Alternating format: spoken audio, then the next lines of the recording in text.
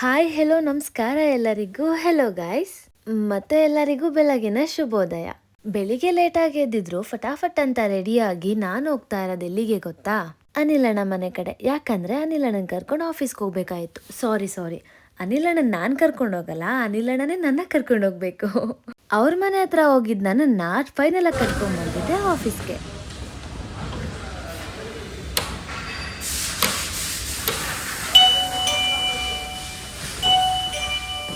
ಕ್ಲಾಸಲ್ಲೂ ನಾನೇ ಫಸ್ಟ್ ಬರೋದು, ಆಫೀಸಲ್ಲೂ ನಾನೇ ಫಸ್ಟ್ ಬರೋದು ಅಷ್ಟೇ.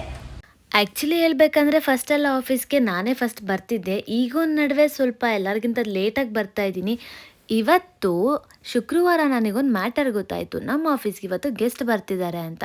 ಬಟ್ ನಾನು ಅದನ್ನು ಮರ್ತೋಗ್ಬಿಟ್ಟಿದ್ದೆ. ಮಾರ್ನಿಂಗ್ ನನಗೆ ನೆನಪಾಗಿ ಅಷ್ಟು ಲೇಟಾಗಿ ಎದ್ದಿದ್ರು ಫಟಾಫಟ್ ಅಂತ ರೆಡಿಯಾಗಿ ನಾನು ಆಫೀಸ್ಗೆ ಬೇಗ ಬಂದೆ. ಆ ಒಂದು ಅದ್ಭುತ ವ್ಯಕ್ತಿನ ನಾನು ಮೀಟ್ ಮಾಡೋಕ್ಕೆ ತುಂಬಾ ಎಕ್ಸೈಟ್ಮೆಂಟ್ ಆಗಿದ್ದೀನಿ. ಆ್ಯಂಡ್ ಆಲ್ಸೋ ನಿಮಗೂ ಕೂಡ ತೋರಿಸ್ತೀನಿ. ನಾನು ಇವ್ರನ್ನ ಜಾಸ್ತಿ ನೋಡ್ತಿದ್ದೆ ಫೋನಲ್ಲಿ. ನಾನು ಯಾವತ್ತೂ ಯೋಚನೆ ಕೂಡ ಮಾಡಿರಲಿಲ್ಲ ನನ್ನ ಲೈಫಲ್ಲಿ ನಾನು ಇವ್ರನ್ನ ಫೇಸ್ ಟು ಫೇಸ್ ಮೀಟ್ ಮಾಡ್ತೀನಾ ಅಂತ. ನನ್ನ ಲೈಫಲ್ಲಿ ಇದು ಒಂದು ಅನ್ಎಕ್ಸ್ಪೆಕ್ಟೆಡ್ ಅಂತಲೇ ಹೇಳ್ಬೋದು. ನಾನು ಲಿಟ್ರಲಿ ಅಂದ್ಕೊಂಡಿರಲಿಲ್ಲ ನಾನು ಇವ್ರನ್ನ ಮೀಟ್ ಮಾಡ್ತೀನಿ ಅಂತ. ಕೆಲವೊಂದ್ಸಲ ಅಂದ್ಕೊಳ್ದೇ ಇರೋದು ಆಗುತ್ತೆ ಅನ್ನೋದಕ್ಕೆ ಇದೇ ಒಂದು ಉದಾಹರಣೆ ಇರ್ಬೋದು. ಅವತ್ತಿನ ಮಾರ್ನಿಂಗ್ ನಾನು ಎಷ್ಟು ಖುಷಿಯಾಗಿದ್ದೆ ಅಂತಂದರೆ ನಾನು ಈ ಪರ್ಸನ್ನ ಮೀಟ್ ಮಾಡ್ತಿದ್ದೀನಿ ಅನ್ನೋಷ್ಟು ನನಗೆ ಎಕ್ಸೈಟ್ಮೆಂಟ್ ಆಗಿಬಿಟ್ಟಿತ್ತು. ಲೈಕ್ ನನಗೆ ಫಸ್ಟ್ ಟೈಮ್ ಅವ್ರದ್ದು ವಾಯ್ಸ್ ಕೇಳಿದಾಗ್ಲೇ ವಿಡಿಯೋದಲ್ಲಿ ಲೈಕ್ ಅಯ್ಯೋ ಇವರಾ ಅನ್ನೋ ಥರ ಆಗಿತ್ತು. ಆ್ಯಂಡ್ ನಮ್ಮ ಆಫೀಸಿಗೆ ಬರ್ತಿದ್ದಾರೆ ಇವರು ಅಂತಂದಾಗ I am like oh my God, finally like meet ಮಾಡ್ತಾಯಿದ್ದೀನಿ ನಾನು ಅನ್ನೋದು ಫುಲ್ ಖುಷಿಯಾಗಿತ್ತು. ಸೊ ಬೆಳಗ್ಗೆ ಬಂದಿದ್ದ ತಕ್ಷಣ ನಂದು ಥಿಂಗ್ಸ್ ಎಲ್ಲ ರೆಡಿ ಮಾಡಿಕೊಂಡು ಸ್ವಲ್ಪ ಕೆಲಸ ಎಲ್ಲ ಮುಗಿಸ್ಕೊಳ್ಳೋಣ ಅಂತ ಪ್ಲ್ಯಾನ್ ಮಾಡಿಕೊಂಡೆ. ಅದಕ್ಕೂ ಮುಂಚೆ ಮನೇಲಿ ಟಿಫನ್ ಮಾಡದೇ ಇದ್ದಿದ್ದರಿಂದ ಟಿಫನ್ ಮಾಡ್ಕೊಂಬಿಡೋಣ ಅಂತ ಅದನ್ನು ಮಾಡ್ಕೊಳ್ತಾ ಇದ್ದೆ. ಚಳಿಗೆ ನಾನು ಯಾವ ಅವತಾರದಲ್ಲಿ ಕೂತಿದ್ದೀನಿ ಅಂತಂದರೆ ನನಗೆ ಗೊತ್ತು ನೀವೆಲ್ಲ ನನ್ನ ನೋಡಿ ನಗ್ತಿರ್ತೀರ ಅಂತ. ಬಟ್ ಇಟ್ಸ್ ಓಕೆ, ಏನೂ ಮಾಡೋಕ್ಕಾಗಲ್ಲ, ಚಳಿ ತಡೆಯೋಕ್ಕಾಗಲ್ಲ. ಯಾರು ಏನೇ ಅಂದ್ಕೊಂಡ್ರು ನಾನಿರೋದು ಹಿಂಗೆ ಅನ್ನೋ ಥರ ಸ್ವೆಟರ್ ಹಾಕ್ಕೊಂಡು ಕವರ್ ಮಾಡಿಕೊಂಡು ಕೂತ್ಕೊಂಡ್ಬಿಟ್ಟಿದ್ದೆ. ವಿಡಿಯೋ ಮಾಡ್ಕೋಬೇಕಾದ್ರೆ ನಾನು ನೋಡ್ಕೊಂಡಿರಲಿಲ್ಲ. ಬಟ್ ಸ್ಟಿಲ್ ಇವಾಗ ನಾನು ಎಡಿಟಿಂಗ್ ಮಾಡಬೇಕಾದ್ರೆ ಫುಲ್ ನಗು ಬರ್ತಾಯಿದೆ ನನಗೆ, ಯಪ್ಪ. ಆ್ಯಂಡ್ ಇನ್ನೊಂದೇನು ಗೊತ್ತಾಗ, ಚಳಿ ಅಷ್ಟಿದ್ದಿದ್ದರಿಂದ ತುಂಬಾ ಚಳಿ ಆಗ್ತಿತ್ತು. ಅದ್ರ ಜೊತೆಗೆ ನಮ್ಮಮ್ಮ ಮಾಡಿದ ಟಿಫನ್ ಎಷ್ಟು ಖಾರ ಇತ್ತು ಅಂದರೆ ಯಪ್ಪ, ನನಗೆ ಕಣ್ಣಲ್ಲಿ ಮೂಗಲೆಲ್ಲ ಬರ್ತಾ ಆಯಿತು. ಸೊ ಇವಾಗ ತಿಂದಾಯಿತು, ಕೆಲಸ ಮಾಡೋ ಸಮಯ. ಬಂದಿದ್ದು ನೋಡೋರ ತರ್ತಾರೆ. ಮೋಸ್ಟ್ಲಿ ಅಲ್ಲಿ ಗೆಸ್ಟ್ ಬಂದಿರಬೇಕಲ್ಲ, ಅದಕ್ಕೆ ಅವರಿಗೆ ಕೊಡ್ತಾ ಇರಬೇಕು, ತಗೋಬರ್ತೀವಿ. ಅಷ್ಟು ಖಾರ ತಿಂದಿದ್ರಿಂದ ಸ್ವಲ್ಪ ಮೈ ಬಿಸಿ ಬಿಸಿ ಆಯಿತು. ಅದೇ ಟೈಮ್ಗೆ ನಾವು ಆಂಟಿ ವಾಟರ್ ಬಾಟಲ್ ಕೊಟ್ಟಿದ್ದಂತೂ ನನಗೆ ಏನೋ ಕೊಟ್ಟಂಗೆ ಖುಷಿ ಆಗೋಯ್ತು. ಆ ಬಾಟಲ್ ಅದಾಗದೆ ತಣ್ಣಗಾಗೋವರೆಗೂ ಅದನ್ನು ನಾನು ಬೇರೆ ಕಡೆ ಬಿಟ್ಟಿಲ್ಲ. ಆ್ಯಂಡ್ ಆಲ್ಸೋ ಇಷ್ಟು ದಿನ ನಮ್ಮ ಮ್ಯಾಮ್ಗೆ ಅದನ್ನು ಕೊಡ್ತಾ ಇದ್ದೆ. ಇವತ್ತು ಅದನ್ನು ಅವ್ರಿಗೂ ಕೊಟ್ಟಿಲ್ಲ. ನೀವೇ ನೋಡ್ತಿರ್ಬೋದು ಅದನ್ನು ಯಾವ ರೇಂಜಿಗೆ ಆಟ ಆಡಿಸ್ತಾ ಇದ್ದೀನಿ ಅಂದರೆ ಲಿಟ್ರಲಿ ಅದೆಷ್ಟು ಬೆಚ್ಚಗಾಗ್ತದೆ. ಇವತ್ತು ನಮ್ದೆಲ್ಲ ಡಿಸ್ಕಷನ್ ಇದ್ದಿದ್ದೆ ಬರೀ ಆ ಗೆಸ್ಟ್ ಬಗ್ಗೆನೇ.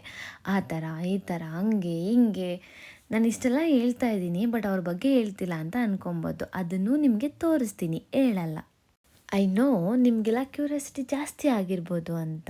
ಅಫ್ಕೋರ್ಸ್ ಗಾಯ್ಸ್, ನನಗೂ ಹಂಗೆ ಆಗಿದ್ದೆ. ನಾನು ಎಷ್ಟೊತ್ತಿಗೆ ಅವ್ರನ್ನ ನೋಡ್ತೀನಿ ಅಂತ ಫುಲ್ಲು ಖುಷಿಯಾಗಿದ್ದೆ. ಚಳಿ ಚಳಿ ಚಳಿ.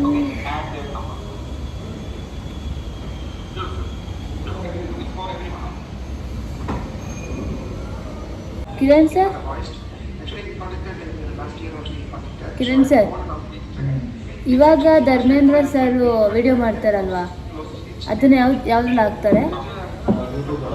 ಇವಾಗ ಮಾಡ್ತಿರೋದು ಯೂಟ್ಯೂಬಲ್ಲ.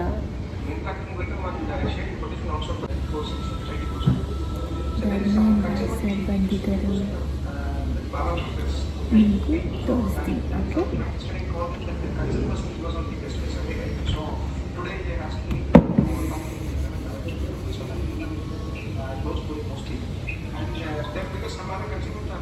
ಅಲ್ಲೇ ಹೋಗಿ ತಿನ್ಬೇಕು. ಯಾಕೆ ಅಲ್ಲೇ ಹೋಗಿ ತಿನ್ಬೇಕು ಅನ್ನಿಸ್ತು? ಏನು ಗೊತ್ತಿಲ್ಲ, ಇಲ್ಲಿ ನೋಡ್ಕೊಂಡ್ರೆ ಇಲ್ಲಿ ಯಾಕೆ ಅಲ್ಲೇ ಹೋಗಿ ತಿನ್ಬೇಕು ಅನ್ನಿಸ್ತು? ಇವ್ರದ್ದು ಮಸಾಲೆ ದೋಸೆ ತಿನ್ಬೇಕಂತೇಳಿ ನನಗೂ ಬಾಯಲ್ಲಿ ನೀರು ಬರ್ಸ್ಬಿಟ್ರಿ ಅವರು. ಸೊ ನಾವು ಬಂದಿದ್ದೆ ನಮ್ಮ ಆಫೀಸ್ ಪಕ್ಕ ಇರೋ ಒಂದು ಹೊಸ ಹೋಟೆಲ್ಗೆ. ಅವ್ರ ಮಸಾಲೆ ದೋಸೆ ತಿನ್ಬೇಕಂತಂದ್ರೆ ನನಗೂ ತಿನ್ಬೇಕಂತ ಮಾಡಿಬಿಟ್ಟು ಮನೇಲಿ ಟೊಮೆಟೊ ಬಾತ್ ತಿನ್ಕೊಂಬಂದಿರೋಳಿಗೆ ಮಸಾಲೆ ದೋಸೆ ಅಂತ ಅಂದ್ಬಿಟ್ಟು ಮಸಾಲೆ ದೋಸೆ ತಿನ್ನಂಗೆ ಮಾಡ್ಬೇಕು. ಇಲ್ಲಿ ನಾನು ಮನೇಲಿ ಪೊಂಗಲ್ ತಿಂದು ಬಂದಿರೋದಕ್ಕೆ ಮಸಾಲೆ ದೋಸೆ ತಿನ್ನೋ ಕ್ರೇವಿಂಗ್ಸ್ ಆಗ್ತದೆ. ಈಗ ನಾನು ನಿಮಗೆ ತೋರಿಸ್ತೀನಿ, ಹಾಗೆ ಅಬ್ಸರ್ವ್ ಮಾಡಿ. ಆ ಮರದ ಹತ್ರ ಒಬ್ಬರು ಇದ್ದಾರೆ. ಅವ್ರು ಏನು ಮಾಡಿದ್ರು ಗೊತ್ತಾ ಇಷ್ಟೊತ್ತು? ನನಗೆ ಸ್ವಲ್ಪ ಶಾಕ್ ಆಯಿತು, ಬಟ್ ಇಟ್ಸ್ ಓಕೆ. ಯಾಕಂದರೆ ನಾವೆಲ್ಲರೂ ದೇವ್ರನ್ನ ಎಷ್ಟು ನಂಬ್ತೀವಿ ಅಂತ ನಮಗೆ ಗೊತ್ತು. ಅವ್ರು ಏನು ಮಾಡಿದ್ರು ಅಂದರೆ ಅವ್ರ ಗಾಡಿ ಕೀಯಿಂದ ಹಿಡಿದು, ಪರ್ಸಿಂದ ಹಿಡಿದು, ಫೋನಿಂದ ಹಿಡಿದು ಪ್ರತಿಯೊಂದನ್ನು ದೇವ್ರ ಮುಂದೆ ಇಟ್ಟು ಕೂತಿ ನಮಸ್ಕಾರ ಮಾಡಿ ಆಮೇಲೆ ಅದನ್ನೆಲ್ಲ ತಗೊಂಡು ಕೆಲಸಕ್ಕೆ ಅನಿಸುತ್ತೆ ಹೊರಟ್ರು. ನನಗೆ ಸ್ವಲ್ಪನೇ ಆಶ್ಚರ್ಯ ಆಯಿತು. ಅಷ್ಟರಲ್ಲಿ ನಮ್ಮ ಮಸಾಲೆ ದೋಸೆನೂ ಬಂತು.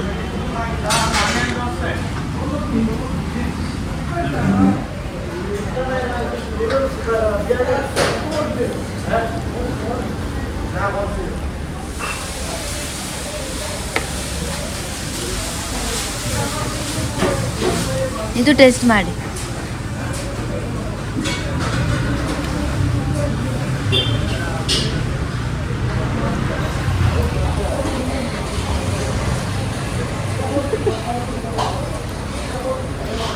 ಏನೋ ಒಂಥರ ಕೊಟ್ಟವ್ರು ಸಾಂಬಾರು.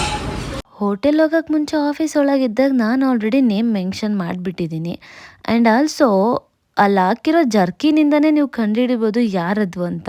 ನಾನು ಅಂದ್ಕೊಂಡಿದ್ದೀನಿ ಕಾಣಿಸಿಲ್ಲ ಅಂತ. ತುಂಬ ನಿಮಗೆ ಬೇಜಾರು ಮಾಡಲ್ಲ, ಇವಾಗ ತೋರಿಸ್ತೀನಿ ಬನ್ನಿ. ಗೊತ್ತಾಗ್ತಿದ್ಯಾ ಯಾರು ಅಂತ? ಹೌದು, ಅವರೇ, ಧರ್ಮೇಂದ್ರ ಸರ್. ಹತ್ರದಿಂದ ನೋಡಿ ತುಂಬಾ ಖುಷಿ ಆಯಿತು. ಶಾಕ್ ಆಯಿತು, ಇವರಲ್ವಾ ಸರ್ ಅಲ್ವಾ ಅಂತ ನೋಡಿದ ತಕ್ಷಣ ಖುಷಿ ಆಯಿತು. ಇವರಿಬ್ರು ಅಂತೂ ಭಾರಿ ನನಗೆ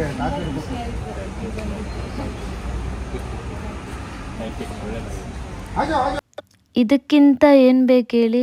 ಅಪ್ಪ ದೇವ್ರೆ, ನಂಗೆ ನಿಜವಾಗ್ಲೂ ನಂಬಕ್ಕಾಗ್ತಿಲ್ಲ. ನಾನು ಇವ್ರನ್ನ ನಿಜ ಹತ್ರದಿಂದ ಮೀಟ್ ಮಾಡೋದನ್ನ, ಮಾತಾಡ್ಸೋದನ್ನ ಅಂತ ಅಷ್ಟು ಖುಷಿ ಆಯಿತು.